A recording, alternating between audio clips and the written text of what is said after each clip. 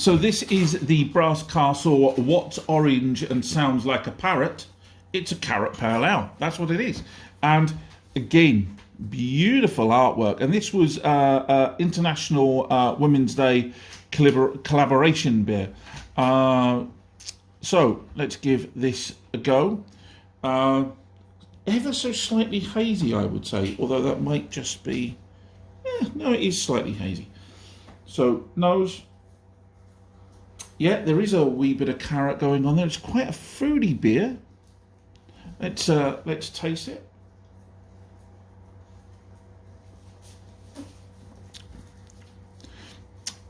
Straight away, quite a bitter taste that straight up front.